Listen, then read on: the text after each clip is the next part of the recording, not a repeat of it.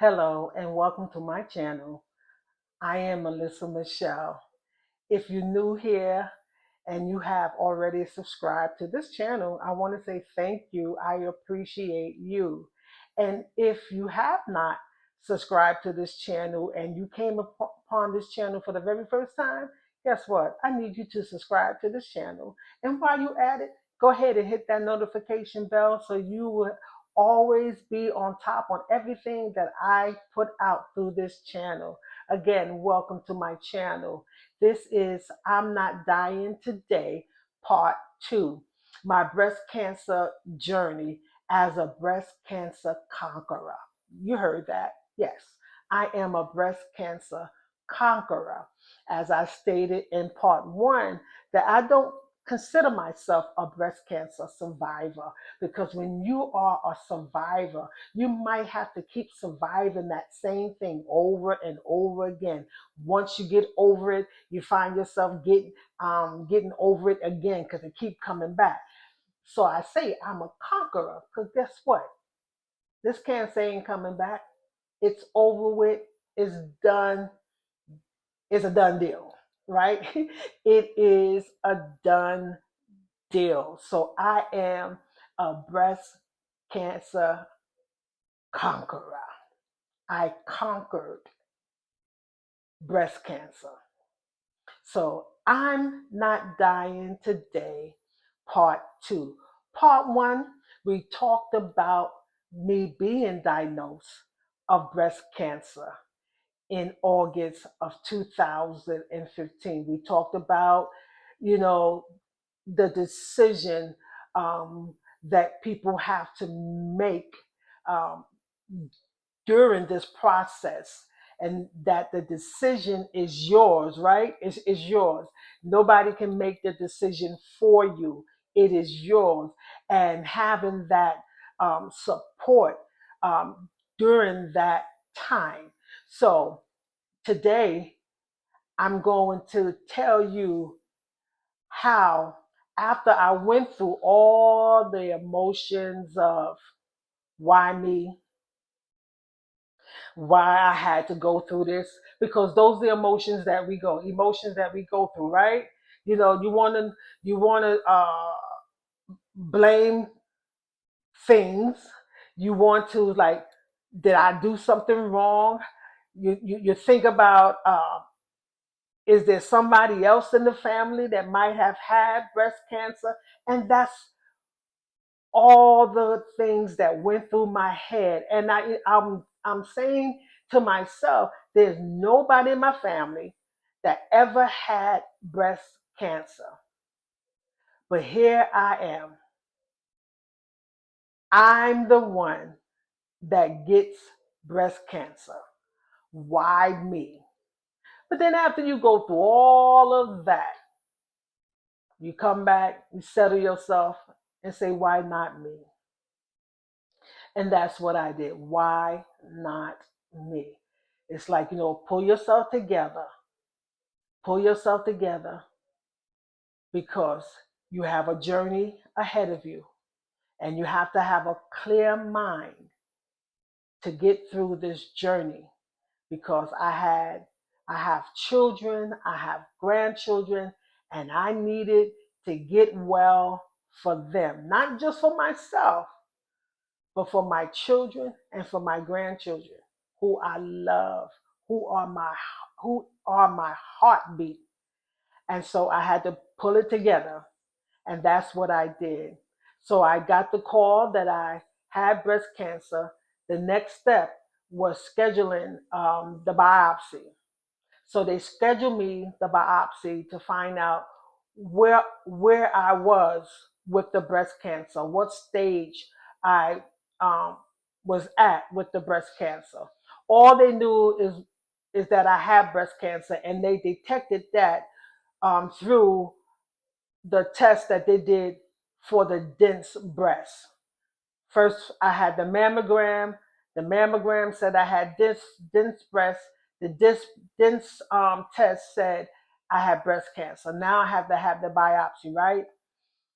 Let me tell you, that biopsy hurt so bad, because I think they call it classification. It was so hard.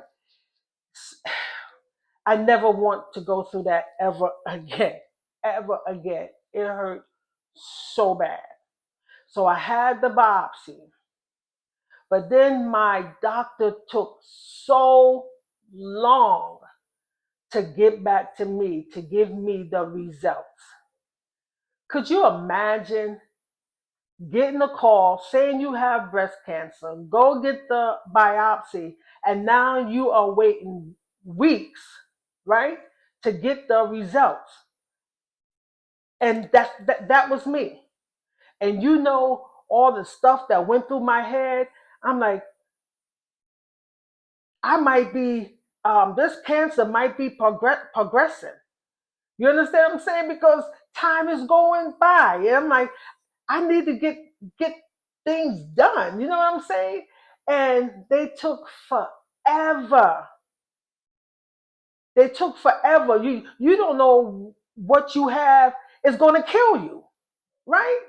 And they took forever. And then when they finally called me, the nurse was so nasty on the phone. So nasty on the phone to give me my diagnosis. So that's another story. So she tell me what I had. And yes, I had the lowest form of breast cancer, DCIS. That's the lowest form of breast cancer. Now, some people might say, oh, that was nothing. It was something to me because it still put me in the place, in the category of breast cancer. As I stated before, we might not have the same stages of breast cancer. We might not get the same treatments. Some people go through chemo, some people go through radiation, some people have to take medication, some people get double mastectomies. It's all different.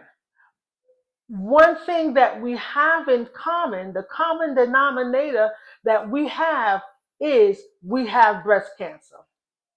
Nobody ever wants to hear those two words.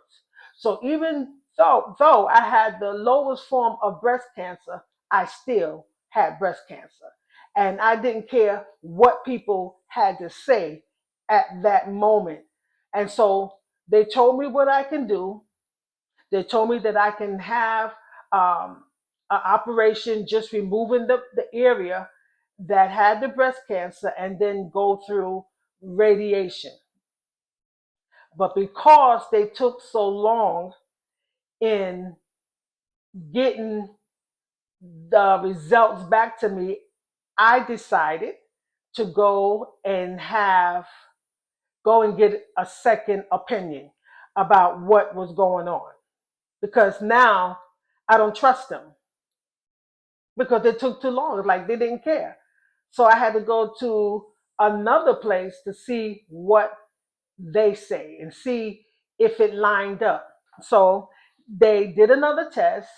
This time they did an MRI, the one that you have to get the dye with. Well, the results came back that they saw something in my right breast.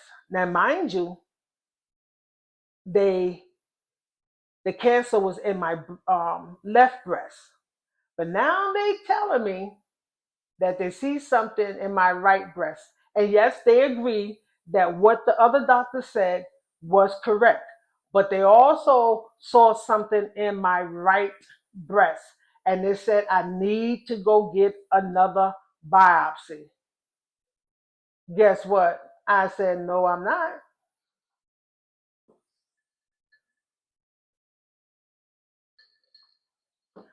I'm not getting another biopsy because the first one was so painful. Up until that point, I was just going to get the surgery to remove the area where the cancer was and go through the radiation.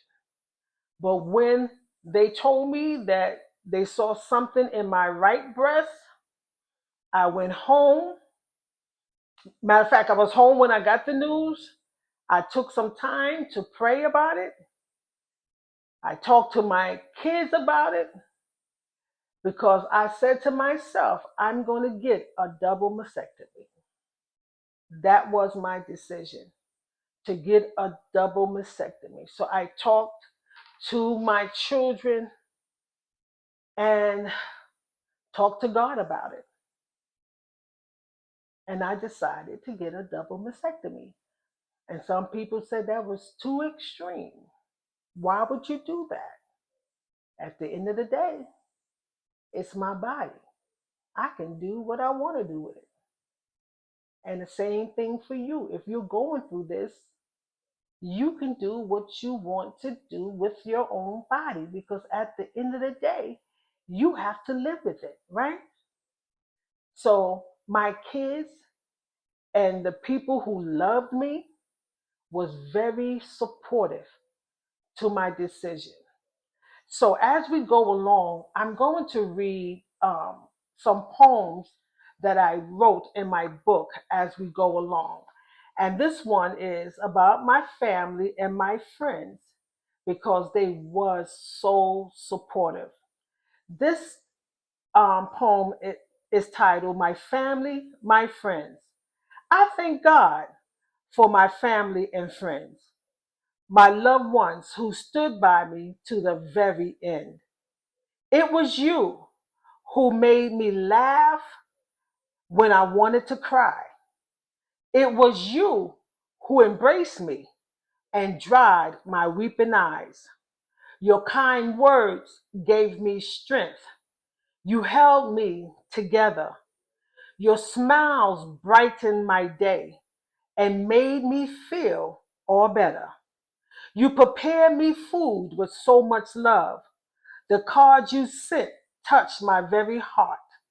The flowers you gave me were so breathtaking, and the love that you showered on me was so great. Some spent nights to watch over me, to make me feel safe and secure. They tended to my every need and proved to be my family and true friends indeed. I will always remember what you've done. I will never forget. I had family and friends that supported my decision to get a double mastectomy. They supported. And it is so important that you have that type of support. So in October, I go into the hospital to have my double mastectomy. I was diagnosed in August, early August, had my double mastectomy in October of that same year, 2015.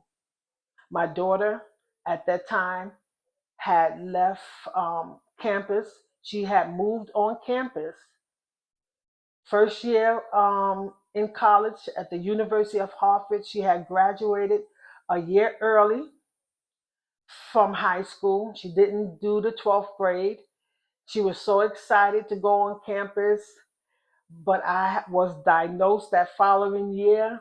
And so she left campus, moved back home, and to take care of her mother. My other kids, they lived in New York, but they made sure that I was good. But because she was so close to me, and living in the same area, she just decided, to give up the campus life and come home and take care of her mom. And so we go to the hospital. But I had so much peace. I had so much peace, y'all. I had I had that kind of peace where I wasn't worried about anything. I wasn't worried about anything. I remember laying in that bed, waiting for an operating room for my time to be operated on. And I was just worshiping. I was singing the song by him being a good, good father. That's who he is. And I would have my hand raised and I was just, giving Yahweh praise, right? To the point that I didn't know what was going on around me. When I opened my eyes, I saw the doctors standing there. And they had said to my daughter, wow, she has so much peace. But you know why I had so much peace? Was because he already let me know that everything was going to be all right, right? He already let me know that I was going to go into that operation room and that I was going to come out all right. So I wasn't worried about anything. I knew that I was going to go into that operating room and that I was going to come out. Stay tuned for part 3.